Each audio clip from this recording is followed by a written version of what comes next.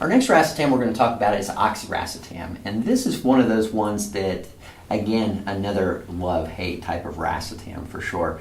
It has a very narrow spectrum of effect, and what I mean by this is that it works great for memory, for focus, for alertness. I mean, it is very, very stimulatory. 5 times more effective than paracetam at similar doses. And the other aspect of it, it really has no mood effect like some of the other racetams do. It doesn't boost it, doesn't reduce it. The one major thing you have to watch for with this is people are really prone to headaches and irritability with this.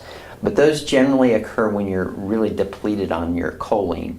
So this is one you certainly want to stack with some choline to make sure that you're getting adequate amounts of it.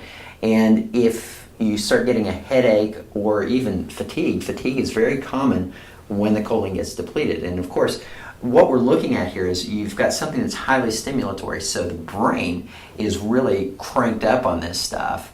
And so it is going to deplete the acetylcholine that's existed in the brain. So make sure you're taking your choline.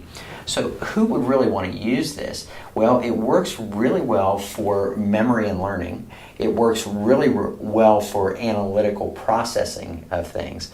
But the main reason you hear people talking about Oxiracetam is the sensory enhancements that you get with it. This is the one that when people talk about it, they'll say, wow, those colors are really, they pop and they're brilliant colors, or the sound is just so crisp and I can identify each note. It's one of those ones that works really well for that. So it's in general used for more of the creative or for people looking for the stimulatory aspect of staying awake, alert, focused, that kind of stuff.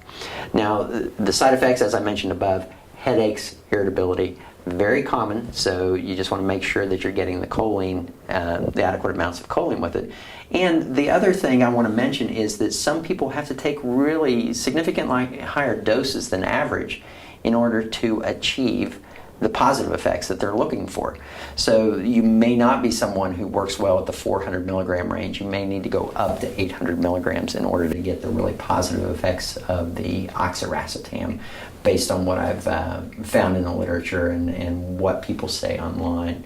The other aspects of it, it's a really quick onset, so it's really rapid onset, and it has a really long half-life. It has a half-life of about 8 hours, which and it'll maintain kind of peak levels even at 4 hours. It has the peak effect, which is really good, but you have to watch taking it too late in the day too, because take it too late in the day and people have a lot of difficulty sleeping with this one. So this is one that, again, love-hate, but the people who love it really do love it.